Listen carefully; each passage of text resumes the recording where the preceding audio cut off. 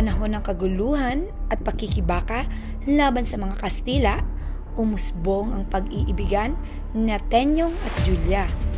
Ngunit ang kanilang pag-iibigan ay haharap sa maraming pagsubok. Tingin nga ng binuburga mo. Huwag mo Tenyong, huwag na. Ang pangit ng pagkakayari, nakakahiya. Isang silip lang, hindi ko na manihipuin. Ayun na. Oo nga, pagkatapos mo lang, susunod na. Ay, bakit Tenyong? Napagod ka ba? Masama ka palang mapagod. Masakit sa'yo? Nagkalit ko ba? Nalulunod itong kain ko sa isang basong tubig.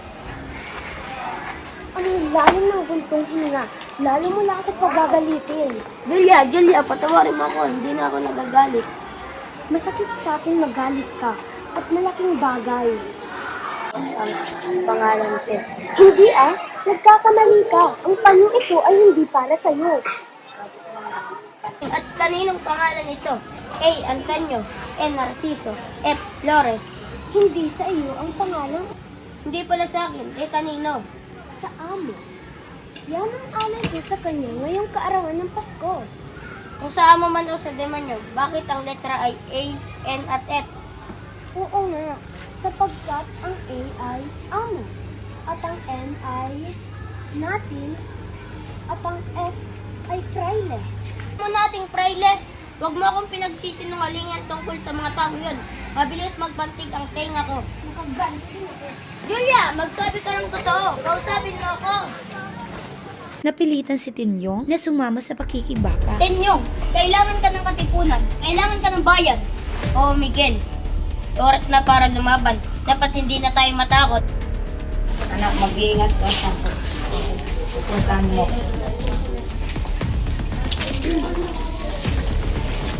Tenyong, huwag kang padala sa iyong desisyon. Mag-isip ka muna. Inay, kitay, para ito sa bayan. Para kay Julia at para sa ating kalayaan. Oo, Tenyong, tama ka. Mabuhay ang katipunan. Kalayaan ang kamatayan. Ituloy ang lahat kahit mamamatay. Mabuhay! Bago makibaka si Tenyong, ay nakipagkita muna siya kay binibining Julia. Julia, sa gitna ng lahat ng kaguluhan, ikaw ang nagbibigay sa akin ng lakas. Tenyong, nais kong manatili kang ligtas. Natatakot ako na hindi ka na makabalik. Kailangan kong lumaban para sa ating bayan. Ang gagawin ko, pero hindi ibig sabihin kakalimutan kita. Paano kung may nangyari sa'yo? Pangako ko, gagawin ko ang lahat makabalik lamang sa iyo. Julia, kailangan ka muna umalis. Tenyong, huwag! Huwag kang matakot. Ang pag-ibig ko sa iyo ang aking lakas.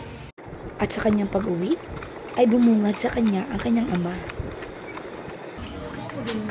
Julia, huwag kang magpakita kay Tenyong dahil siya ay maralita. Ama, mahal ko po siya. Hindi naman kasalanan ang magmahal. Oo, may sulat po dito galing kay Tenyong. Ayoko na, itapon na yun at sunugin. Sige po. Ay, naku, kawawa naman si Binibining Julia. Oo nga, pero wala tayong magagawa. Utos yan ni Tenyente. Bakit ba may ganyang tao?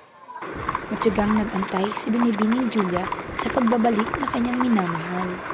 Hanggang sa Alam mo na sa simbahan. Julia! May dala ako sa magbalita. Ano yun? Nasaan po si Tenyong? Nasugatan siya sa labanan. Ano? Nasugatan?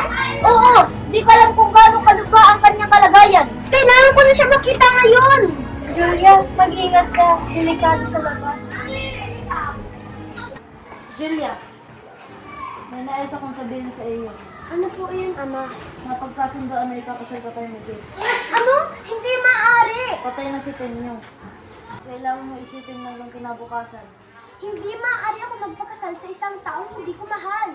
Anak, alam kong mahal mo si Tenyong. Ngunit napakahirap ng ating kalagayan. Hindi! Hindi ako magpapakasal doon. Kailangan mo gawin yan para sa kaligtasan natin.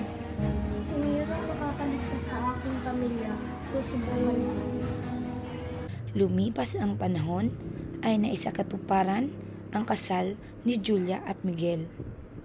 At dumating na nga ang araw ng kasal. Akala ni Julia ay tuluyan nang nawala si Tenyong. Ngunit isang malaking sorpresa ang naghihintay.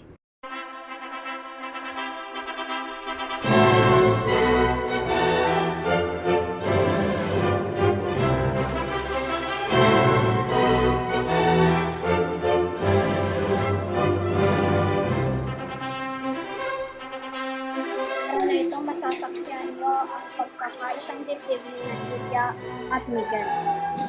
Tanggap mo bang maging kabiyak si Julia? Julia! Akala ko patay ka na. Paano ako mamamatay kung may pangako pa ako sa iyo? Ngunit, paano ang iyong sugat? May sugat man ako sa katawan, hindi magkakasugat ang puso ko para sa iyo. Tenyong, hindi kita nakalimutan kailanman. Tenyong, akala ko patay ka na. Hindi ako ganong kabilis mawala, Kapitan. Lalo na kung ang dahilan ng pagbalik ko ay si Julia. Sa wakas, nagtagumpay na iyong pagmamahal. Ang tunay ng pag-ibig ay pagtitiis at lumalaban. Marahil ay nagkamali ako. Nakita kong hindi kayang pag-iwalayin ng takot at digmaan ang dalawang taong tunay na nagmamahalan. Yes, sa kabila ng lahat ng pinagdaanan natin, nanganatili kang matatag. At ikaw, Tenyong, ay hindi sumuko. Dahil ang tunay na pag-ibig ay hindi sumusuko. At dahil ang tunay na pag-ibig ay hindi nasusugatan.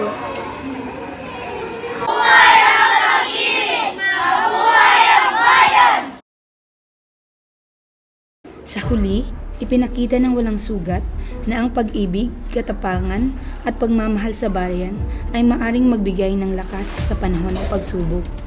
Ang tunay na pagmamahal ay marunong magtiis, magsakripisyo at manatiling matatag sa kabila ng mga hamon.